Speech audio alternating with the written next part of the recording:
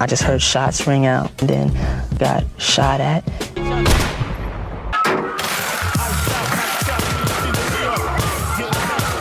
So I know there's no way he could have made it out of the car. I told you you can't trust these niggas. Now Puffy done killed Tupac, man. We know something's wrong with you, but it's okay, because M said it's okay and Dre said it's okay. Yeah, I had nothing to do with this. If I wouldn't have never met him, I wouldn't have never been involved in this bullshit. You know what I'm saying? I ain't never made a call to Diddy. I got Diddy's number, just hit him up. Yo, Diddy, what up? Never happened. And the winner is Eminem, the Eminem Show. Diddy had ties in every corner of the game, from politicians and billionaires to rap legends and Hollywood icons. He was the guy everyone wanted to know, and at one point, even 50 Cent rolled with him before their friendship turned into a full-on rivalry. Get your hand out my pocket. I see what you're doing. I see what you're doing on the channel. Get your hand out my pocket, man. I see what you're doing. I see what you're doing, man. Yeah, you gonna make me. Okay, I'm telling y'all right now. But out of everyone in the industry, there was one name that refused to step into Diddy's world, one artist who kept his guard up no matter how deep the connections ran. That artist was Eminem, and from day one, he wanted nothing to do with Diddy's empire. Not in the 90s, not in the 2000s, not ever. While others got tangled in the flashy parties and the power plays, M stayed miles away, keeping his circle tight and his distance even tighter. I'm like an R-A-P-E-R, got so many essays. Wait, he didn't just spell the word rapper and leave out a P, did he? Yep. That line from Fuel hits with serious weight. But here's where it gets real. By the time Eminem dropped that track, his tension with Diddy wasn't anything new. He'd already been tossing shots and slick disses toward him for years. Back when M was just a hungry underground rapper fighting for recognition, Diddy was already sitting on top of the hip-hop throne, a businessman with power, money, and one of the hottest labels in the game, Bad Boy Records. For most artists, landing a deal there was a dream come true, but not for Eminem. Marshall had his eyes on a different lane, the one he believed in since day one. Instead of chasing the flashy route, he went with Aftermath Records, teaming up with Dr. Dre to craft a legacy that would change hip-hop forever. But here's the wild part. Even before all the fame, before anyone outside Detroit really knew his name, Eminem had already taken a bold shot at Puff back in 1996 on his raw underground track Effing Crazy. Original bad boy on the case, Puffy the face, came into place, blowed and sprayed Puffy with mace. That early line was more than just a diss. It was a warning shot. It showed that Eminem was never scared to challenge the heavyweights running the industry. Even when the odds were stacked, he wasn't backing down from anybody. And it wasn't just Diddy. Eminem also had uneasy energy with another so-called giant, Suge Knight, the man behind Death Row Records, the label that once ruled the West Coast, home to icons like Tupac, Snoop Dogg, and Dr. Dre. Suge's reputation wasn't just about power, it was about fear. People whispered that he was the boogeyman of hip-hop, the one you didn't cross if you valued your safety. Suge didn't build his empire with kindness. He built it with intimidation, chaos, and total control. His rule was simple. Power came first, and mercy came last. They was not scared of Suge Knight. They was terrified of Suge Knight. But Eminem couldn't care less about Suge's street reputation. None of it shook him. That fearless attitude became crystal clear during one wild moment on the set of 50 Cent's Inda Club music video. Out of nowhere, Suge Knight pulled up, rolling deep with a crew of Mexican gangsters, making it known he still had pull in the streets. The tension instantly spiked. Everyone knew Suge's presence meant trouble, but Eminem didn't flinch, didn't hide, didn't back down for a second. That day showed exactly how little he feared the so-called boogeyman of hip-hop. Suge's outside. Suge's outside. Everybody like, he was running, dropping, So Suge came, he had some Mexican niggas. Now, we from New York. You ain't never seen a nigga with a tattoo on his forehead. 118th Street crew. I'm like, what the fuck? Eminem didn't back down for even a second. Instead of staying inside or letting security handle it, he straight up walked outside to face Suge Knight and his entire crew himself. No hesitation, no second thoughts, just pure confidence. Everyone on set could feel the tension in the air, but M stood his ground like he had something to prove. That moment wasn't just bold, it was legendary. This is when I knew Eminem was real. He's like, I don't give a man. This is when 50 niggas outside, what's up? And then the nigga Suge just walked away. The Mexican niggas looked kind of confused, like they didn't know what's going on. After that tense face-off, Eminem didn't just let things slide. He went straight to the booth and recorded a full diss track aimed right at Suge Knight. But here's the twist. The world never got to hear it back then, because Dr. Dre stepped in and told him to chill, saying it wasn't his battle to fight. Dre wanted to keep the peace, knowing how dangerous Suge's reach could be.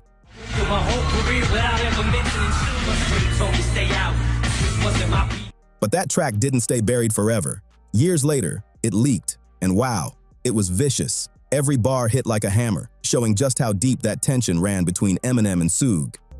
Responsible for the deaths of the two greatest rappers to ever grace the face of this planet. If Eminem had the guts to stare down Suge Knight, one of the most feared figures in hip-hop, then why on earth would he ever be scared of Diddy? That's the real question. When you look at everything Puff has been tied to over the years, it's honestly hard to tell who held more power or who was more dangerous. Suge had that street energy, but Diddy? He played the game from inside the industry, pulling strings behind the scenes.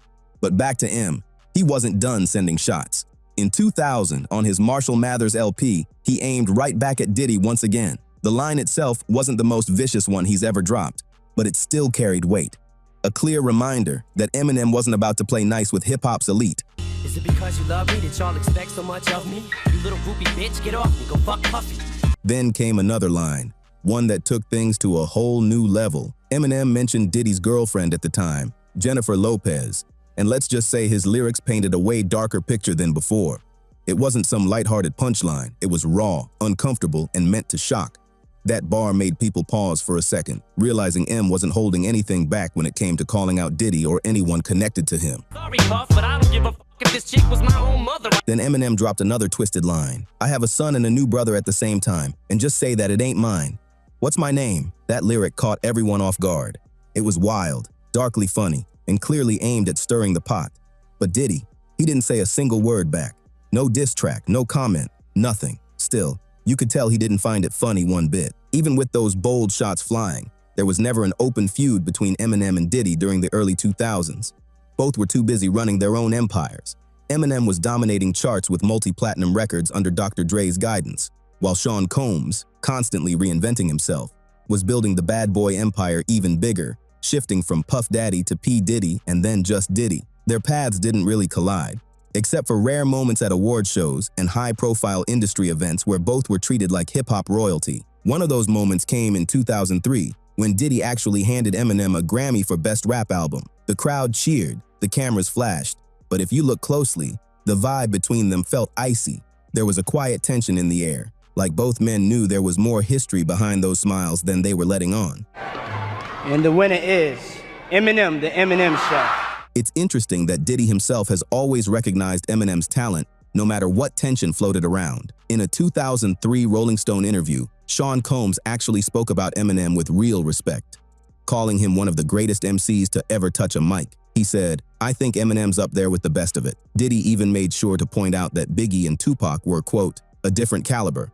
But in his eyes, Eminem was still incredible in his own right. That moment showed Diddy wasn't blind to Marshall's impact.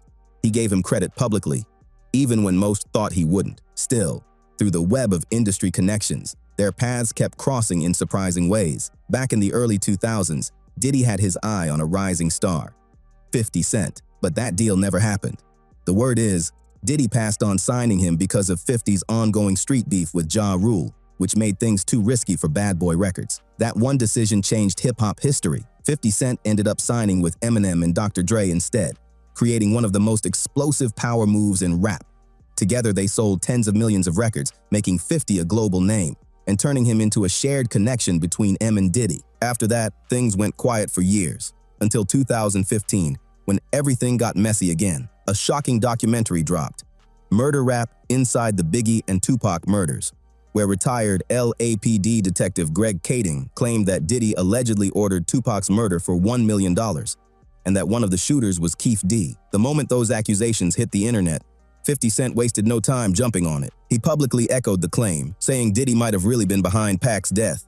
That statement reignited old suspicions and dragged Diddy's name right back into one of hip-hop's darkest mysteries. I told you you can't trust these niggas. Now Puffy done killed Tupac, man. Eminem eventually chimed in too, though a few years later, in 2018, he dropped the now famous diss track Kill Shot, aimed straight at Machine Gun Kelly. The whole hip-hop scene was buzzing when it dropped. M wasn't just defending his name, he was reminding everyone who still ran the mic, and in the middle of all those razor-sharp bars, he slipped in a line that caught everyone's attention, one that subtly tied back to Diddy, sparking a whole new round of theories and debates. Counts the day you put out a hits, the day Diddy admits Diddy put the hit out, they got pop kill, ah? But then came the final line of Kill Shot, the one that shook everyone. Eminem ended the track with, "I'm just playing, Diddy. You know I love you." That single bar set the internet on fire. Fans couldn't stop talking. Was M joking, or was there a hidden message buried in there? The debates were endless. Some said it was classic Eminem humor. Others thought there might have been a grain of truth behind the line, especially considering the history between them. Social media went wild, and hip-hop forums lit up with theories. And then came word from behind the scenes. According to Joe Budden on his podcast, Diddy wasn't laughing at all. When Kill Shot dropped, Combs was reportedly furious after hearing the track. That calm, "You know I love you" line suddenly didn't sound so playful anymore. It sounded like M was poking at something deeper, something that hit a nerve. Puff said it's in his hands, and he said I can say it. And that's the end of that. Have fun with that one. He said, there's nothing to say about it. It's in my hands. Back in the day, Diddy could easily shrug off Eminem's jabs like they were nothing. But this time, it was different. That Kill Shot line cut way too close to something he didn't want brought up. For Diddy, the topic of Tupac has always been deeply sensitive. It's the one subject that instantly changes his whole demeanor. Whenever those questions come up, he shuts them down, dodges, or shifts the focus completely. So when Eminem casually tied his name to that old rumor, it wasn't just a diss, it was a trigger. That's why Diddy couldn't stay cool this time. It hit a nerve that's been haunting him for decades, one he's tried his best to keep buried. Now let's talk some hip-hop shit, man. I want to talk to Puff right now. Yes. Now it was this documentary that claimed, which we know wasn't true. Yeah. Check this out. We don't talk about things that are nonsense. We don't even entertain nonsense, my brother. So we're not even going to go there, with all due respect, but I appreciate you as a journalist asking. All right. Thank you. And I say Later on, when Eminem talked about his beef with Machine Gun Kelly during an interview, he dropped a little detail that spoke volumes. He hinted that he and Diddy weren't connected at all, not even on a personal level. In fact, he made it clear they didn't have each other's numbers, and there was zero communication between them. That simple comment said everything. No friendship, no alliance, just two powerful figures in hip-hop living in completely separate worlds. I had never made a call to Diddy, really? Yeah. I got Diddy's number, just hit him up. Yo, Diddy, what up? Never happened. You'd think after everything that went down in 2018, Eminem and Diddy would keep their distance for good. But nope, just a few years later, their names popped up together once again. In 2020, Eminem dropped his album, Music to Be Murdered By. And on the explosive lead track Godzilla, he slipped in another quick mention of Diddy. It wasn't a full-blown diss or anything, but fans caught it instantly. It was just enough to remind everyone that the tension between the two still lingered beneath the surface. Call me Diddy, cause I make bands and I call getting cheese a cakewalk. But that moment of calm didn't last long. By June 2020, things heated up again when a previously unreleased Eminem verse suddenly leaked online. It was recorded a year earlier for the remix of Conway the Machine's track Bang, and this version had some serious bite. In the original verse, Eminem went straight at Diddy's media company, Revolt TV, calling them out in a raw and unapologetic way. The tone was sharp, no sugarcoating at all. The leak instantly caused a small scandal across the hip-hop community, with fans debating whether Eminem was reigniting his old tension with Diddy or just venting his frustrations with the media world. Shout the puffy cones, but fuck Revolt. Less than a day after that leak blew up, Eminem stepped forward to clear the air. He quickly posted a statement on Twitter, admitting that the verse was written in the heat of the moment and was never meant to go public. He made it clear that he respected Revolt TV and didn't want any beef with Diddy or his team. The apology came fast, but it couldn't stop the chatter. People were already talking about whether there was still quiet tension between the two icons. But the most explosive part of this entire story came not from Eminem, but from Diddy himself. By the fall of 2023, everything around him began to crumble. Multiple women came forward with serious allegations of sexual assault and abuse, painting a disturbing picture of what was happening behind closed doors. The biggest shock came when Cassie, Diddy's longtime ex-girlfriend, filed a lawsuit describing years of alleged mistreatment, physical violence, and control. The details stunned the entire entertainment world. And just when things couldn't get any darker, another headline hit. Keith D, the same man long rumored to have knowledge about Tupac's murder, was arrested. What made it even wilder was that before his arrest, he'd been doing YouTube interviews, openly talking about his connection to Diddy, and even claiming that Puff once asked him to help handle Tupac, a murder he admitted to being involved in himself. The situation sent shockwaves through the music world, reigniting decades-old questions that no one thought would ever resurface. Suge just ducked his head. And the first bullet went in his head, then the next ones hit him. It was like he was doing a breakdance trying to jump in the back seat or something. Riding the wave of all that chaos, Eminem came back swinging harder than ever. He dropped his album The Death of Slim Shady, and this time, he didn't hold back on Diddy at all. One track in particular, Bad One, had everyone talking. In it, M throws sharp, cryptic lines that seem to reference the infamous Diddy parties, the same ones people online have whispered about for years. He spits, "And me offering you is nothing new. It's what I love to do. This is subterfuge, just to screw with you. And yeah, this much is true." That verse hit like a storm. Playful on the surface, but packed with layers that fans couldn't ignore. People immediately started dissecting the lyrics, wondering if Eminem was taking aim directly at Diddy once again, using his razor-sharp wordplay to stir up a brand new wave of controversy. Sounds like something that Puff would do at the party with Aaron Hall, cause I just love to f with you. On another track titled Antichrist, Eminem took things to an even darker place. In this song, Marshall referenced the shocking footage that surfaced showing Diddy allegedly assaulting his ex-girlfriend, Cassie. It was a chilling reminder of the headlines that had rocked the entertainment world just months earlier. Eminem didn't sugarcoat anything. He brought that disturbing moment straight into his lyrics, using it to highlight how far Diddy's image had fallen in the public eye. The reference was brief, but it hit with devastating impact. She probably ran out the room with his dildo. He tried to field goal punter, she said to chill. But the coldest, most cutting shots toward Diddy came on the track Fuel. This was the moment Eminem completely let loose. No filters, no holding back. Every bar felt personal, packed with venom and precision. Fans could instantly tell this wasn't just another rap jab. It was a full statement, a lyrical takedown aimed straight at Diddy's reputation. Fuel didn't just call him out. It burned everything surrounding his name. I'm like an R-A-P-E-R, got so many essays. Wait, he didn't just spell the word rapper and leave out a P, did he? Yep. In Fuel, Eminem drops one of his most controversial wordplays ever. He spits, R-A-P-P-E-R, spelled without a P, spells raper or rapist, then flips it again by saying, and the S-A's short for sexual assault. It was a brutal double entendre, one that had everyone's jaws dropping. Then without missing a beat, he follows up with, R.I.P., rest in peace, Biggie and Pac. Both of y'all should be living, but I ain't trying to beef with him, cause he might put a hit on me like Keith D. Get him. That verse sent shockwaves through hip-hop. Eminem was clearly hinting at the decades-old rumors about Diddy's alleged ties to the murders of Tupac and Biggie, a topic most rappers wouldn't dare touch. But M didn't stop there. On the Fuel remix, he kept pushing the narrative even further, rapping that Biggie's death was just the domino effect of Tupac's murder. It was bold, chilling, and dangerously specific. Fans couldn't believe he actually said it out loud, and the internet exploded with theories once again. Eminem wasn't just stirring the pot. He was lighting a match under one of hip-hop's darkest conspiracies. Next bus, still he's in police handcuffs. Guilty, will he step up like G never turned himself in? After everything Eminem said about Diddy on the death of Slim Shady, it's crystal clear. These two are not on friendly terms. There's no handshake waiting behind the scenes, no secret truce.